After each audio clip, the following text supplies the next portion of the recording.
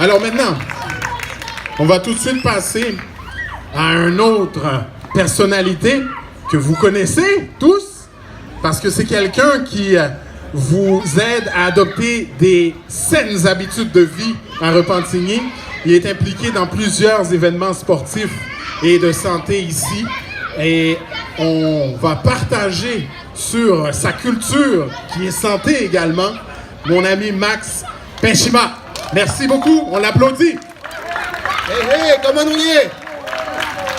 Bon, je vais vous parler un peu de ma jeunesse en Haïti parce que j'ai passé 21 ans en Haïti. Je vais vous parler un peu sur le plan social. Je me rappelle lorsque j'étais enfant, 3-4 ans, mes parents partaient travailler, mais mes parents me laissaient avec les voisins. Et en plus, les voisins ont plus de droits en plus sur nous. Les voisins ont le droit de nous mettre en punition si toutefois on n'écoute pas. Ça, je vous parle des choses sérieuses. Hein?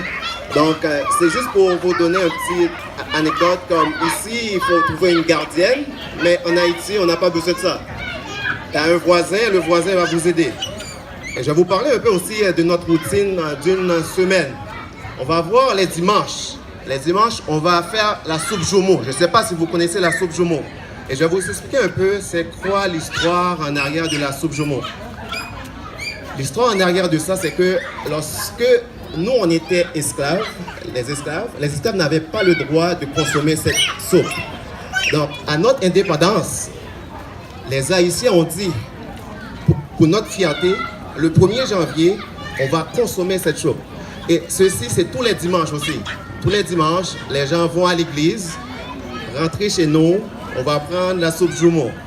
Et en après-midi, qu'est-ce qu'on mange? On mange du riz, sauce pois et poulet. C'est important, notre poulet.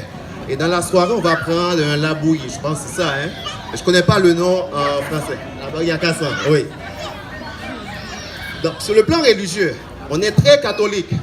80% des Haïtiens vont aller à l'église, à la messe, pour prendre le petit communion.